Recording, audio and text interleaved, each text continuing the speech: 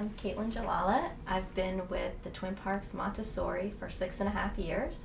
I started at Park West Montessori, and when we opened at the Central Park location, I came here, and I'm now currently the infant toddler coordinator.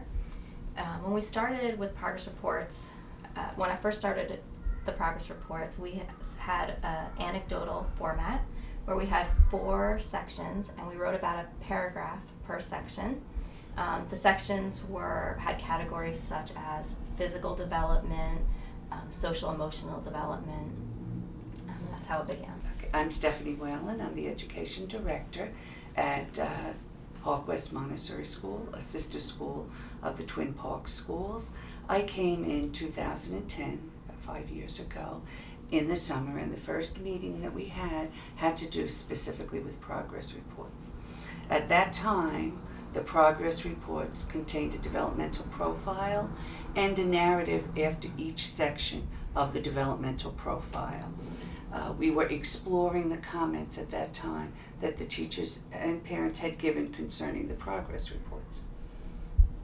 Hi, my name is Liz Lowy, and I'm the education director at the Central Park campus, and I've been here for 3 years. When I came here to Central Park Montessori, the progress report format was a developmental profile, which was a checklist of concepts and skills based on a rubric that showed children's independence and progress of those skills and concepts. And there was also one summary for the winter progress report and one summary for the spring progress report for each child. Some other issues that we had with the anecdotal format that we started with was that we wanted to have a report that showed the skills that children had develop over time in a language that parents could understand. We're so lucky to have so many international families and teachers, but it did cause issues with the anecdotal writing, that we used a language that both teachers felt comfortable writing in and could express what they were observing in children and what parents could understand when they read to see the progression as well. Along with that issue, we talked about, since some of our teachers were not native speaking English teachers, their grammar skills also needed some assistance. And as a result, the education director's responsibilities were to review every progress report. And all 3 schools had approximately 150 students each year. So that did take a lot of time and energy and effort to review all those forms before they were sent to parents. And initially they were sent to parents in paper copy, and again we moved from paper copy to email copies, which made some changes in the way they were reviewed also.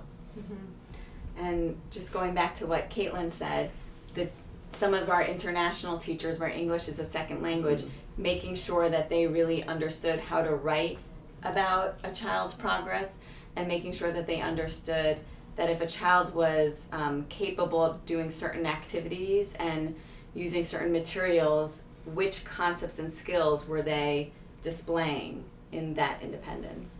So we did do a lot of professional development with teachers in terms of observing, taking anecdotal notes, and interpreting those notes. What does that mean? What is the child capable of doing? What does the child understand based on these notes? And the 3 campuses went about it in similar and different manners. At one of the campuses, a movie was taken of students at work, then they were evaluated at a group meeting, having the entire staff discuss what was going on, how would you interpret that, where would that go on the profile, etc.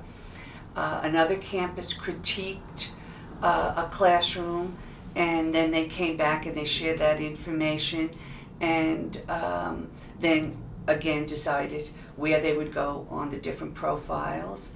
So a lot of energy and effort was put in, and ownership was taken by the teachers in developing these profiles. And the more that they became involved, the more fluid the progress reports became. We also spent the day with Ginny Varga and as a professional development, and we learned about what concepts should we be looking at both the infant level, the toddler level, and children moving from the toddler program up into the early childhood program.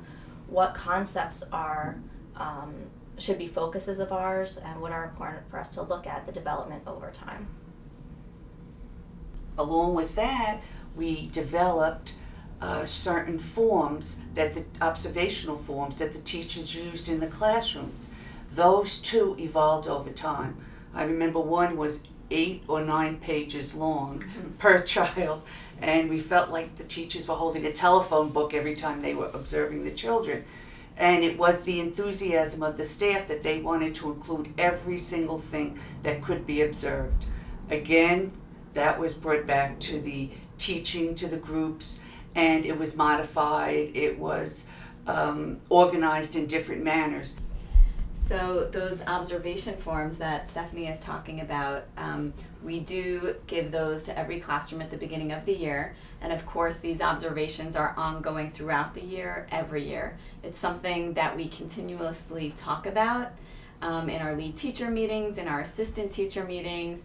Taking observations is a skill that needs to be learned and worked on, and we recognize that. So our teachers are continuously working on how to take observation notes and really what are the important observations. Also, our teachers, our Montessori trained teachers and other assistants and teachers come from all different educational backgrounds and schools and Montessori training programs, and they've shared with us their observation forms. So we've adapted ours as well, just learning from other teachers and other training programs. No one observation form is perfect, so again, we're continuously changing and making our observation forms better to better suit our needs and our school. And in conjunction with that, we not only looked at observation forms from other Montessori programs, but we looked at non-Montessori programs and the Common Core requirements, outlines from other schools outside of New York State. A lot of research was done into compiling different types of forms. Some forms we might have only taken 1 or 2 things from them. Other forms we really discussed at length to see whether the format would work for us, whether in addition to the content of the materials. And that is ongoing. We have files of forms from other places, and again, we continually update as new research comes out, brain research, other types of research. So we seek out information that will correspond to what we want to share with the parents about their young children. Because we do have an infant program, it was important to have some type of progress report system for them as well. We started by using the ages and stages, which is a national standard, to see where the children should be at each developmental stage throughout their first year. It is rare to have infant programs, so we did not have very many to compare it to.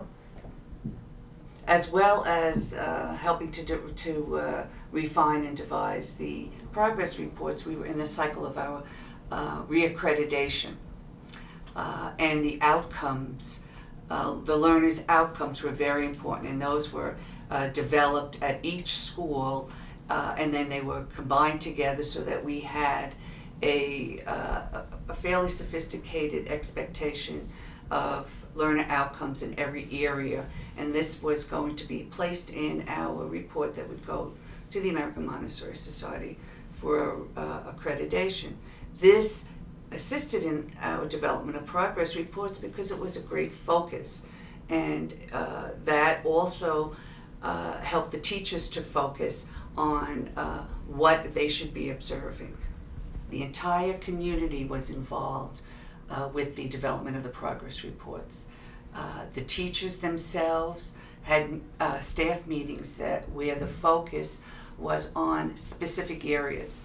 I clearly remember one meeting when each teacher was assigned to develop the description of each area. What specifically is practical life? What specifically is sensorial, so that those descriptors would be placed before the profile on the progress report, because the teachers had felt that the parents didn't understand what you were saying. We also had parent involvement. We have parent voice meetings every single month at all 3 campuses on different days, and the parents were asked for their opinions on the progress reports. Did they find them helpful? What areas would they have liked to have within the progress reports? If there's something that they feel they don't understand. And in addition to that, the executive director, Kathy, sent out a survey to the parents.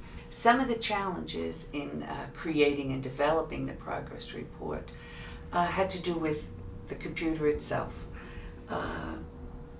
We all needed to be computer literate, and even for some of our teachers, it was a challenge because not all of them, going back over the years, were as computer literate as they would have liked to have been, as well as some of the administrators. We all learned from it. We had other challenges as well, like making sure that the teachers were giving the same symbols on the rubric to children if they were able to achieve certain concepts and skills independently or not independently, but making sure that teachers had the same ideas of what the symbols of the rubric meant based on their observations of children. So almost like inter-rater reliability. We continue to have meetings about that. We just started our progress report writing for the winter season, and our most recent lead teacher meeting was all about, okay, what if a child does achieve this symbol of the rubric, what does that look like? So really making sure that teachers have the same understanding for each concept and skill. An additional issue, there was an issue for both administration and teachers, were the time constraints. Having lengthy reports and enough time for a teacher to be out of the classroom in order to use the computer to type it up and enter the information, as well as the edits back and forth between teachers and administration going back. And because there can be such change, especially for the infants who are developing, we could see a change in just a week or two. So to make sure that we're taking the time,